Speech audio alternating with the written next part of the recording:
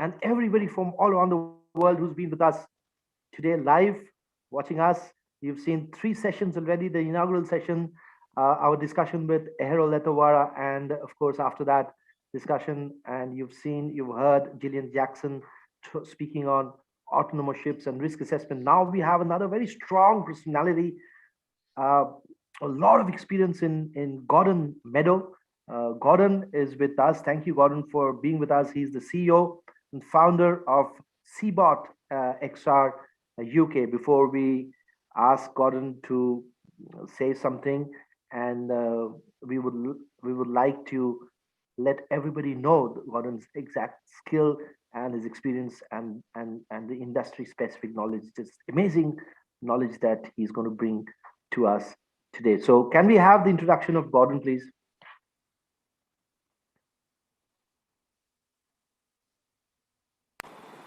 Mr. Gordon Meadow. Gordon Meadow is committed to the long-term development of maritime education and training and the digital transformation of the maritime workforce to the connected mariner. He is the chair of the IMAREST's Mass Special Interest Group, co-chair of the International Standards Working Group, Mass People, and chair of the UK MAS RWG People Skills and Ethics Committee. Gordon is CEO and founder at SeaBot XR, a leading agency for next generation learning products and services with a focus on the shift to automation. The Naval Connection proudly presents Mr. Gordon Meadow as a speaker at the Technology in Maritime TIM 2021 Global Virtual Conference. Yes, Gordon, and I welcome you once again. There are a lot of seafarers, hundreds and thousands of seafarers watching this live on our Naval Connection YouTube and Facebook handles. And whenever we speak of bots, there's a kind of funny feeling that we have, kind of suspense and kind of technology in our minds. And it's very interesting that you're going to talk on, throw some light on bots and what kind of future that the maritime industry we're going to see in the next few years. So, ladies and gentlemen, I offer you Gordon Meadow. Gordon, all yours. Thank you very much for the kind introduction. Namaste, Marinam Gordon. Hey, for those listening in India. Hi, my name's Gordon, and thank you to Captain Shukat Mukherjee for inviting me to speak today at the Technology and Maritime 2021 conference. It's my pleasure to be in such distinguished company. So the topic of my presentation today is on building a remote and autonomous workforce in the United Kingdom and abroad. Could I just check, please, that you're able to see my screen? Absolutely, yes, Gordon. Great, Absolutely, thank you very much indeed. Great. Okay, so I'm interested in understanding how education will migrate and how we future-proof the seafaring community. So for me, the concept of the autonomous ship is a bit of a misnomer. It's the people I'm interested in, and perhaps at first glance that may seem that I'm looking backwards. But whilst automation, artificial intelligence underpins the whole concept of the autonomous ship, in my presentation, I'll set out 2 points. The first is my position on the people-technology partnership, and the second, the ways that we are working to build a sustainable remote and autonomous workforce in the United Kingdom. So I wear a number of hats. In my day job, I run a company called SeaBot XR, but I'm also involved and engaged in a number of different industry working groups. One of those working groups is the Institute of Marine Engineering Science and Technology. And I wanted to share with you some of the kind of activities that are going on in the industry to try and help the migration of the workforce and understand new capability requirements and how we can engage with technology effectively going forwards. The IMAREST MASSIG, the Maritime Autonomous Ships, Surface Ships Special Interest Group, has kind of three terms of reference, I guess. The first to inform how future seafaring function, responsibilities, and rules will migrate, to identify the ongoing expertise requirements in the operation of commercial vessels enhanced by remote autonomous technology, and to clarify succession planning requirements, workforce skills breaches, and future training techniques. Our mandate is to help people in the industry move forward We're also interested in human agent teaming, human augmentation, both cognitive and physical, and develop a remote control center simulation training methodologies, both in terms of user interface and the integration of digital assistance and training. In this regard, over the years, we've sought to gather information in a pragmatic way from industry and share this knowledge. So in 2018, we looked at the likely impacts in the beginning of the journey to greater automation of functions in the operation of commercial ships. We sought to understand industry acceptance as well as gather the industry's perspective on the strengths, weaknesses, opportunities, and threats. And the overall goal is to capture, track, and evaluate future changes to seafaring roles, measuring the impact of the specific functional requirements currently performed by personnel during the shipping industry's voyage and automation to points broadly around 2030 and 2050. This year, we have another event planned. This will focus on how we measure and build trust in autonomous systems. So as an industry group, it's very important, or as industry groups, it's very important to champion personally this seafarer and the migration of the workforce to understand how we'll integrate this technology. And I also try to do that through my business, SeaBot XR. As mentioned, we're an agency for next generation learning, next generation products, and next generation learning services with a particular focus on the shift to automation and the human machine technology integration. And it's important for us to drive skills in the competency agenda. And we do that through the various industry forums we work for, the least of which is the Institute of Marine Engineering and Science Technology. The world is changing, not just in the skills. The worker demographic will be more diverse, as well as the working environment. Decision support technology will combine with established rules and analytical tools to deliver objective, repeatable actions, with the human working in, on, and off the loop. Decision support capabilities will be introduced that accelerate and augment human decision-making in real time. By 2050, we could see more than 50% of operational functions mimicked by machines. This doesn't mean less people. Robots are not a significant threat to employment opportunities. The threat to employment comes about from failing to adapt through retraining and the assimilation of new skills to perform new functions through continuing professional development. The future, therefore, will see new ways of working, a more highly trained workforce with new skills and with different roles and new career routes to support different operational requirements. However, these changes to seafaring skills demographic require preparation. According to the World Economic Forum report on the future of jobs published in 2018, 3 key managerial challenges lie ahead. The first is in shifting the training of the workers from prediction-related to judgment-related skills. The second is in assessing the rate and direction of the adoption of AI technologies in order to properly time the shifting of workforce training. And third is developing management processes that build the most effective teams of judgment-focused humans and prediction-focused artificial intelligence agents. More and more of us will get used to the idea of working alongside AI-powered tools and bots in our day-to-day lives, working lives. Increasingly, tools we build allow us to make the most of our human skills. Those are the AI which AI can't quite manage yet, such as imaginative design, strategy, and communication skills. AI can augment us with super fast analytical abilities fed by vast data sets that are updated in real time. For many of us, this will mean learning new skills, or at least new ways of working, or ways to use our skills alongside these new robotic and software-based tools. Predictions suggest that by 2025, 75% of organizations will be investing in employee retraining in order to fill skills gaps caused by the need to adopt AI. This trend will become increasingly apparent to the point where if your employer isn't investing in AI tools and training, it might be worth considering how well placed it will grow over the next coming years. So during my introduction, I mentioned that I would set out 2 points. The first of which is my position on the people-technology partnership. For me, it's about incorporation of human performance and the enhancement of capability through partnership. What we see, and there's a narrative that it's robots against humans.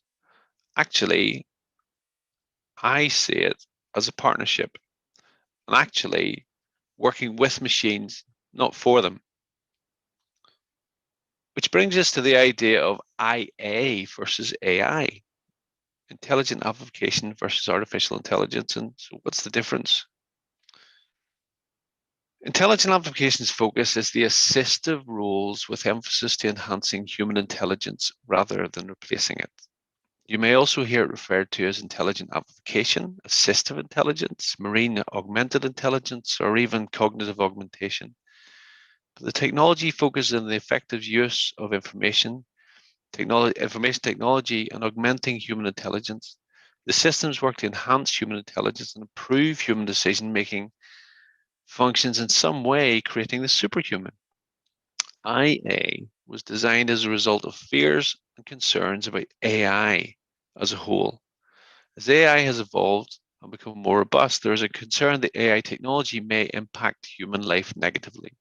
So IA many believe, offers a safer way to develop tools and technologies that gain their efficacy from human consciousness rather than building their own artificial intelligence. For those of a certain age, you may recognize this overarching concept from Steve Austin and the $6 Million Man, but sadly, $6 million today wouldn't buy many augmented components. But the general idea is there to enhance human capability. Human augmentation will change what it means to be human. Physical and digitally mediated actions can be combined to extend human reach. And the future of autonomous systems, pinching the term from Lockheed Martin, isn't human less, it's human more. So on to my second point. So if this is if it is about technology people partnership, then how do we implement these sorts of ideas? Well, I can show you how we are working to build a sustainable remote and autonomous workforce in the United Kingdom and help to try and broaden it abroad. So here's a case study. Let's think of any shipping sector, but in this case, we're going to think of a particularly specialist sector, which is oceanography. This ship is owned by the United Kingdom's National Oceanography Centre, and the National Oceanography Centre in the United Kingdom have particular specialist knowledge in autonomous systems, subsurface systems, through a range of ROVs, gliders, and a range of tools that you can see on the screen. And they also operate survey vessels and ships and oceanographic survey vessels. Now I introduce the world of uncrewed and remote and autonomous surface vehicles. You start to operate, and even this organization starts to operate vehicles from the surface with all of their expertise in autonomous systems and subsurface. They still face the same challenges that every other ship operator will face out there. We've got to understand, they have got to understand, say, okay, how do we make a robust system to get data from the ship to the shore? How do we get around the kind of Achilles heel of the comms and maintaining comms between the vehicle being operated and the vehicle from the shore? And then how do we think about how we actually work on the shore? What will a remote operations center look like? What will a remote control center look like? What will the people look like, and the skills within the remote control center? How will they work? Well, if you are your ship, and in this case the Discovery, you are regulated and you have regulations by IMO. You have teaching institutions which have been designed to be fit for purpose. You have instructors and people based on their operational experience can bring that to shore and educate future seafarers. And you have a training infrastructure which is fairly well established in terms of simulation and in terms of facilities and so on, and curriculum. Now you go to operate a vessel or a vehicle from a control room, and you do not have any regulations. You don't have any teaching institutions necessary or instructors which have the knowledge to operate vehicles from the control room, and you don't have a training infrastructure or facilities. So what we've been trying to do with our partners is work towards developing these sorts of missing gaps. And I'm going to explain how we're doing that. So first of all, I'm going to talk about MAST People. The MAST People Working Group is an international working group set up to safeguard progression of the technology people partnership, identifying the workforce's changing needs, and providing recommendations on new competency standards, as well as proposing specialisms, training structures, and qualification requirements for operators now and in the future. So Fugro, SeaBot XR, created the idea and I guess brought it to market. And the first flag state to join this group was the United Kingdom Coast Guard Agency. And we're now fortunate to have 9 international and European flag state administrations as part of the group. And what will result will be that the standards that we've been developing across Fugro and SeaBot XR for uncrewed vessel operations will be reviewed by the flag state administrations and proposed as new competencies for the SCW convention in future. So what else are we doing? How do we fill in the rest of the gaps? Well, we have question marks around teaching institutions in terms of how we provide the most effective means to migrate the workforce, how we provide the people with experience in the training infrastructure. So we're also trying to work on this, and we created or set up an agreement with the Royal Navy and the National Oceanography Centre to create the National Centre for Operational Excellence in Marine Robotics, which will be located in only the south of England, in Southampton, but also in Loch Ness in Scotland. The National Centre is a new centre which will focus on building capability in the operational aspects of autonomous systems, and it's built, whilst it says on the screen as objective, it's really built around 2 values. Together, we will work to provide the means through which to develop operational capability, test new equipment, and understand new ways of working in the world of autonomy.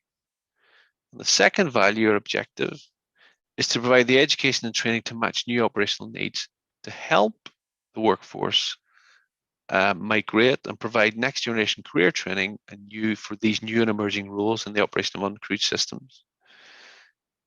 And also, most importantly, to continue to do so as the technology and the operational envelope matures. So you have these aspirations, and that's great, but how do you actually deliver on them? Well, we set the concept of the COPS, the Center of National Center of Excellence for Marine Robotics, upon 2 pillars. The first one is to provide the nation with an operational capability, a resource technology park with multiple facilities and sites, dedicated equipment, workshops, storage facilities, remote control center for mission planning, deep water access, secluded deep water access, and so on, and a range of facilities that can be used to drive the operational kind of envelope forwards. And also a range of equipment. So a container-based remote control center with a full engineering workshop and uncrewed vessel for testing and training operations, a full mission remote operations center for live mission and simulated scenarios, and a range of unmanned surface vehicles and subsurface vehicles, ROVs and gliders, and calibration equipment, so that we can help to take and drive forward the operational understanding. And a range of services and expertise drawn from both SeaBot XR and the National Oceanography Centre to help organisations move forward from vehicle prototyping to understanding what new ways of working look like within the crew vessel operations. The second one is on training and people certification. So to provide world-class training, expertise, all under one umbrella, and work with partners to deliver the training and the qualifications required to future-proof the workforce in autonomous and remote operations. The world of shipping from the shore certainly will become increasingly complex, and this is a snapshot of some of the functions that we require within a remote control center. But we're working right now to be able to create the international standards through the MAS people group to be able to bring this to fruition. We're also working with the UK Regulatory Working Group, the Code of Practice, to provide guidance in the absence of any regulation. We're also trying to work with the community, or local seafaring, to help build trust and understanding and systems. Gordon, 1 minute. Oh, thank you. So to do this, we have a number of different, conscious of time. So we've been trying to understand what the kind of operational envelope will look like. So we started off by developing apprenticeships. We have we first looked at this kind of 24 sub 24 meter route where we've got surface vehicle and a subsurface vehicle operator, a new kind of workforce. But actually we went back to the drawing board and we come up with plan B, and plan B is actually to create an entire ecosystem where we have a feeder system from 14 to 19-year-olds with the right knowledge, and then a new entrant route for a mass engineering field operative who is actually an engineer operator who can operate multiple vessels on the surface and subsurface under 24 meters. The bottom is about the existing workforce and how we migrate the existing workforce to work in remote operations. And then the third is about an engineer who can be like the chief engineer of the remote control center. So this is the sort of work that we're working on in the United Kingdom up to about the year 2030. To conclude, we are there's a long way to go, but we're getting there and we're on this journey. And we're engaging with other sectors. This is an example of a NASA control room to try and understand how other sectors are engaged in remote operations so we can learn from the best practice of others. But to conclude, I began my presentation by saying that by 2050, we could see more than 50% of operational functions mimicked by machines. This doesn't mean less people. Robots are not a significant threat to the employment opportunities. The threat to employment comes from failing to adapt through training and the simulation of new skills to perform new functions through continued professional development.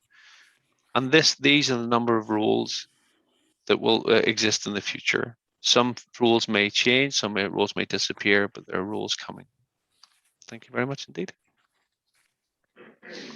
Gordon, thanks for completing in time. We wanted to keep a few minutes for the question answer session. Actually, your presentation was really power packed. There's so much depth into this. I was telling Gillian the other time, just a little while ago, that these presentations and technology are such that each and every line can be, we can speak on one full day on that, especially when you're talking about marine robotics and marine robotics and VR and AR and bots. So Gordon, I would like to ask you one simple question we get all the time, and this question I've been asking to all the speakers, and I'll ask you as well because I want to get your perspective too. Like I got the perspectives of Gillian and Aero on smart ships and autonomous ships. So, like you've always mentioned in your presentation, also you mentioned that this doesn't take out jobs. Digitization and robotics will not take out marine jobs. But as a sailor, and we have got hundreds and thousands of sailors who's watching us live right now. As a sailor, somebody who sails on board ships and navigates the ship now, if he or she looks at a future where these autonomous ships will not have any people on board, how many years will that take for the full economy and the full maritime economy to adjust to that change? What is the time span we are looking at? That's $1 million question, isn't it? What I would say is that there's no immediate risk to those types of occupations or those types of jobs, because the concept of the autonomous ship and fully uncrewed autonomous vehicles which have little or no human interaction on board is a long way away for I guess globally. So for the next 10, 20, 30 years, there's still plenty of jobs. There's still plenty of jobs at sea. But it's about the workforce and the international community capturing now those changing needs and those changing roles, and helping the education systems to be able to help the workforce migrate. But it isn't going to happen. The whole idea of all of ships being uncrewed and autonomous within the next kind of 10 to 15 years is a complete misnomer. That's not going to happen. Well, I take a lot of inspiration from what you said, and to all the sailors and my friends at sea who's watching this or who will watch the recording. 20 to 30 years is a time span where you don't need to worry, and the students, a lot of students here. So by the time you pass out and control the ships and become captains and chief engineers on board, so we will take a long, long time to change, of course. And Gordon, there's one more question I think which has come, and I'm reading out from the platform. Mr. Sanjeev Vakil, and Sanjeev Vakil is one of a big industrialist and holds, he's the CEO of HIMT, one of the leading maritime training institutes in India. And he writes, are there any exchange programs between HIMT and your team possible so as to exchange notes and find out the gaps between conventional training and training required for running autonomous ships? Basically, is this, if I have this question right, is there any, the fulfill the gaps between the requirements and the training to develop training? What kind of affiliations and support and collaboration can be done? So we would encourage, so in answer, a short answer is yes. So the longer answer is please feel free to reach out to me and engage. And in terms of collaborations, we would encourage all flag states to participate and get involved in the Mass People International Working Group.